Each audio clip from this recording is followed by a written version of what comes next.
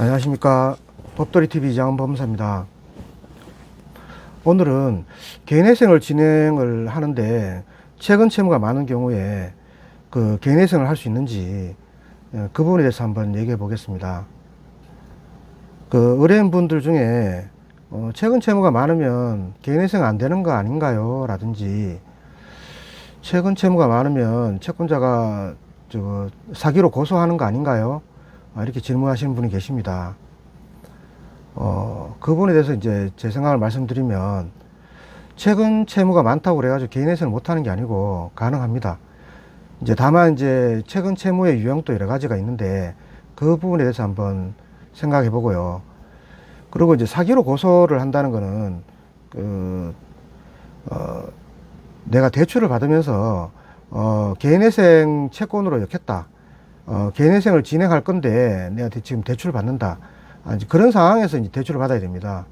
그러니까 대출을 받을 때는 이제 그런 의도는 전혀 없었는데 어떻게 상황이 이제 여의치 않아 가지고 개인회생을 진행하는 경우, 그런 경우에는 이제 사기죄가 되지 않습니다. 그러니까 참고로 하시고요.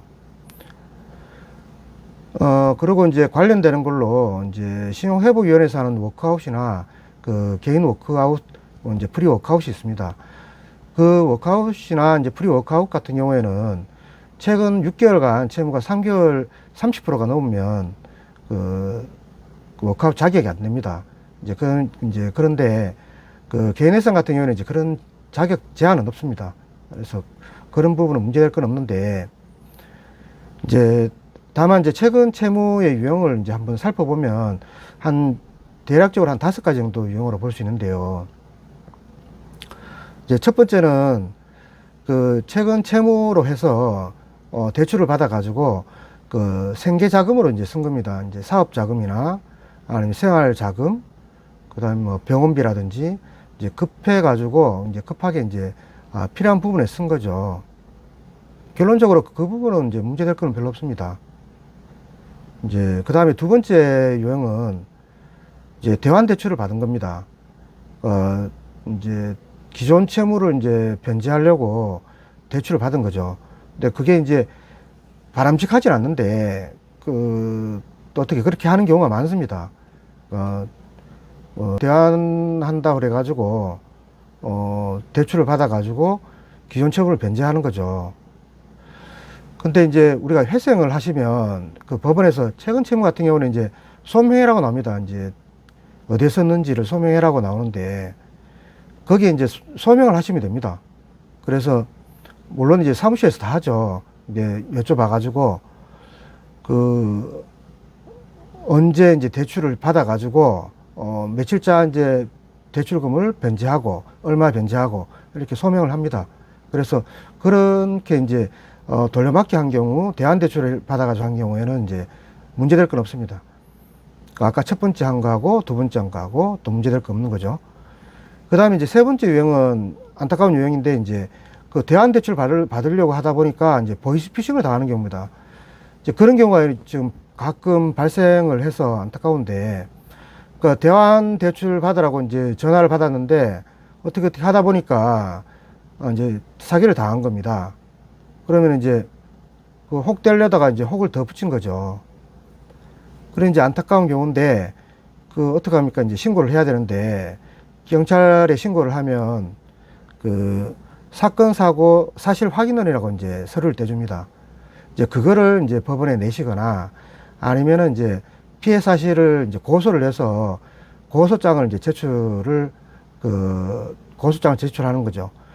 그러면은 이제 그 채무자가 이 대출금으로 이제 딴 데 쓴 게 아니고 피해를 당했다는 게 이제 소명이 되는 겁니다. 그래서 이 부분도 이제 별로 피해를 보는 경우는 없습니다. 그렇게 소명을 하시면 되고,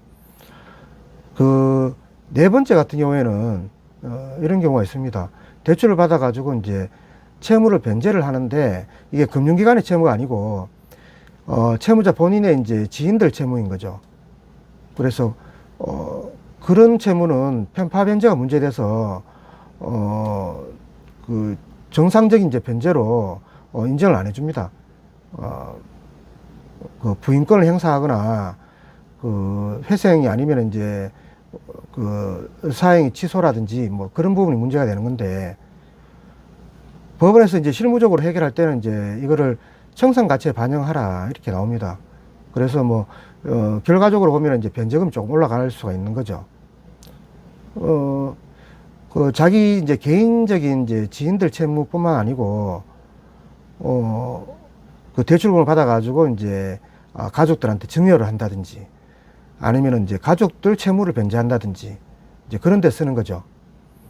그래서 그 소명을 하라 그러면 이제 마땅히 이제 소명하기가 약간 힘든 겁니다. 이제 그러면 결과적으로 이게 청산 가치에 반영돼서 이제 변제금이 올라간다. 이렇게 되는 거고요. 또 마지막 유행이 이제 이런 거죠.